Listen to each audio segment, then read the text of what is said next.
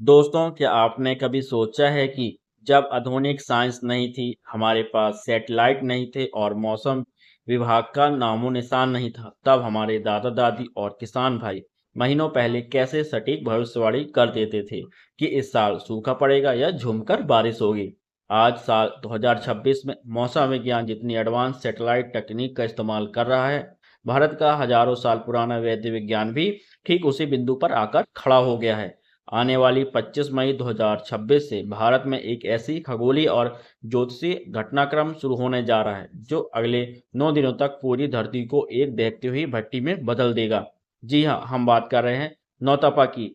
इस साल का नौतपा कोई साधारण नौतपा नहीं है। ग्रहों की एक ऐसी दुर्लभ स्थिति बन रही है जो मौसम वैज्ञानिकों को भी चिंता में डाल रही है। आज के इस महा एपिसोड में हम केवल तारीखों की बात नहीं करेंगे, बल्कि अगले 15 मिनट में हम नौतपा का वो विज्ञान, वो रहस्य और वो प्राचीन इतिहास खंगालेंगे जो शायद आपने पहले कभी नहीं सुना होगा। तो अपनी पानी की बोतल पास रख लीजिए और चलिए शुरू करते हैं आज का यह खास विश्लेषण। सबसे पहले समझते हैं कि नौतपा का शाब्दिक और ऐतिहासिक अर्थ क्या है। हिंदू पंचांग और ज्योतिष शास्त्र के अनुसार पूरे ब्रह्मांड को 27 नक्षत्रों में बांटा गया है। इन 27 नक्षत्रों में से जो चौथा नक्षत्र है उसे हम रोहिणी नक्षत्र कहते हैं। रोहिणी नक्षत्र को शास्त्रों में बहुत ही सुंदर, शीतल और जल तत्व से भरपूर माना गया है। ज्योतिषीय कथाओं के अनुसार रोहिणी चंद्रमा की सबसे प्रिय पत्नी है, लेकिन ब्रह्मांड के राजा यानी सूर्यदेव जब चक्कर लगाते हुए इस शीतल रोहिणी नक्षत्र में प्रवेश करते हैं तो एक बहुत बड़ा टकराव होता है। सूर्य अपनी प्रचंड अग्नि से रोहिणी की पूरी शीतलता को सोख लेते हैं। सूर्य इस नक्षत्र में पूरे 15 दिनों तक रहते हैं, लेकिन इसके जो शुरुआती 9 दिन होते हैं उस दौरान पृथ्वी और सूर्य का कोण एंगल कुछ ऐसा बनता है कि सूर्य की किरणें सीधे भारत और उपमहाद्वीप के ऊपर 90 डिग्री पर लंबवत पड़ती है। इसी वजह से इन 9 दिनों में पृथ्वी का तापमान अपने उच्चतम स्तर पीक पर पहुंच जाता है और इसी को हमारे पूर्वजों ने नाम दिया नौतपा। कई लोग सोचते हैं कि नौतपा केवल एक धार्मिक या ज्योतिषी मान्यता है, लेकिन दोस्तों इसके पीछे का विज्ञान इतना चूक है कि आज के आधुनिक वैज्ञानिक भी इसे देखकर हैरान रह जाते हैं। चलिए इसे साइंस की नज़र से समझते हैं। मई के अंत में सूरज की स्थिति कर्क रेखा के ठीक ऊपर होती है, जो भारत के बीचों बीच से गुजरती है। जब लगातार 9 दिनों तक बिना किसी रुकावट के बादल न होने के कारण धरती पर भीषण सोलर रेडिएशन पड़ता है, तो भारत के मैदानी इलाकों की हवा अत्यधिक गर्म हो जाती है। भौतिक विज्ञान फिजिक्स का नियम है कि गर्म हवा हल्की होकर ऊपर की तरफ उठती है। जब करोड़ों टन हवा ऊपर उड़ जाती है तो जमीन के पास एक बहुत बड़ा लो प्रेशर जोन यानी कम वायु दाब का क्षेत्र बन जाता है। अब प्रकृति का दूसरा नियम काम करता है। हाई प्रेशर से हवाएं हमेशा लो प्रेशर की तरफ भागती हैं।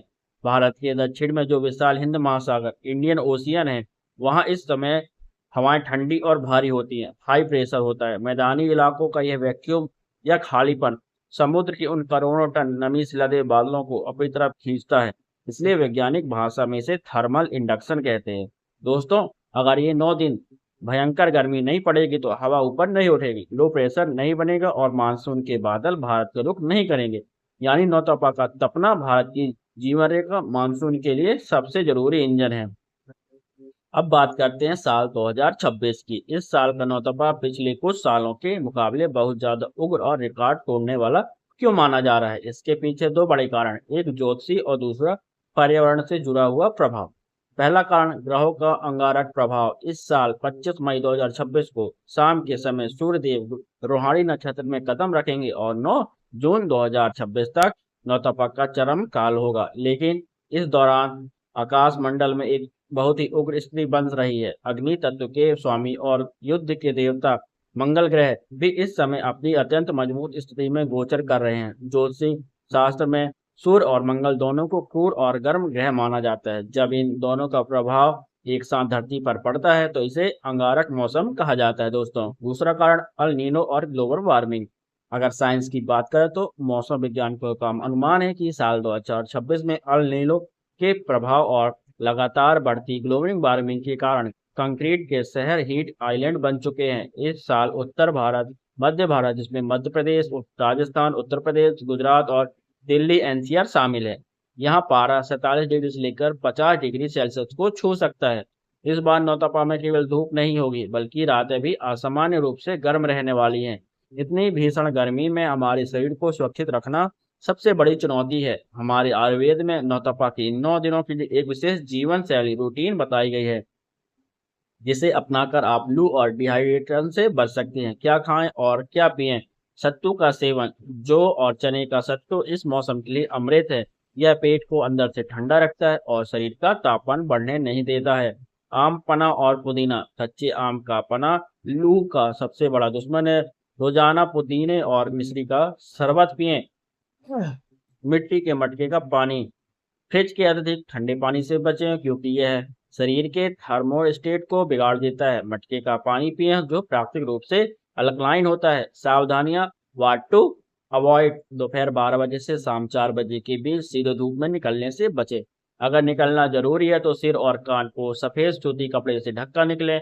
इन 9 दिनों में ज्यादा मसालेदार, तना भुना और बासी भोजन बिल्कुल न करें, क्योंकि इस दौरान हमारी जठराग्नि डाइजेस्टिव फायर मंद पड़ सकती है। सनातन परंपरा में नौतपा केवल प्रकृति को सहने का समय नहीं है, बल्कि यह अपनी आत्मा को शुद्ध करने और समाज सेवा का समय है। इस भीषण तपन में जब इंसान से लेकर पशु पक्षी तक व्याकुल होते हैं, तब किया गया छोटा सा दान भी महापुण्य में बदल जाता है। शास्त्रों के अनुसार नौतपा में इन चीजों का दान आपके जीवन के सभी सूर्य और मंगल जनित दोषों को शांत करता है।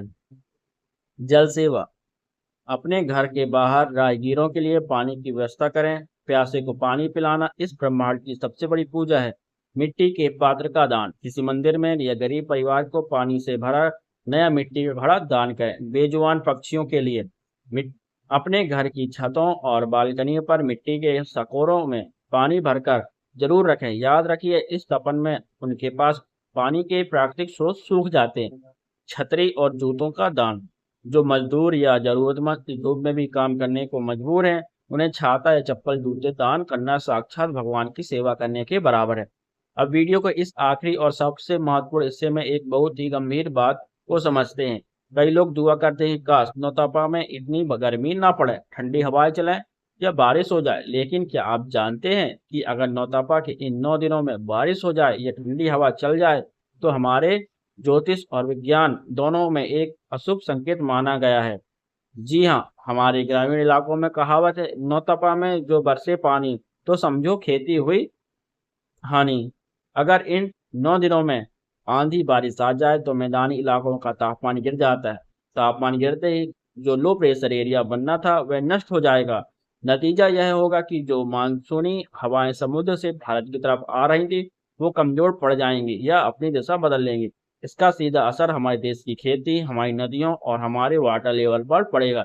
इसलिए नौतपा का तपना हमारे देश की समृद्धि और खुशहाली के लिए बेहद जरूरी है। यह प्रकृति का वो कड़वा घूंट है जो आने वाले सुनहरे कल के लिए जरूरी है। तो दोस्तों, यह था नौतपा 2026 का पूरा और संपूर्ण विश्लेषण। 25 मई से लेकर 2 जून तक अपना और अपने परिवार का पूरा ख्याल रखें। ज्यादा से ज्यादा पानी पिएं और बेजुबान पशु पक्षियों की मदद जरूर करें। आप यह वीडियो भारत के किस कोने या किस राज्य से देख रहे हैं? क्या आपने इलाके में भी गर्मी ने रिकॉर्ड तोड़ना शुरू कर दिया है? हमें नीचे कमेंट बॉक्स में अपने शहर का नाम और वहां का तापमान जरूर लिखकर बताएं।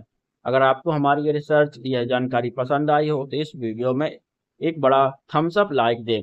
अपने दोस्तों, रिश्तेदारों और व्हाट्सएप ग्रुप पर इसे शेयर करें, ताकि हर कोई जागरूक हो सके। और हाँ, ऐसी ही गहरी और रिसर्च बेस्ड वीडियो के लिए हमारे चैनल को सब्सक्राइब करके बेल आइकन दबाना बिल्कुल ना भूलें। सुरक्षित रहिए, स्वस्थ रहिए। मिलते हैं अगले किसी ज्ञानवर्धक वीडियो में। तब तक के लिए जय हिंद, वंदे मातरम।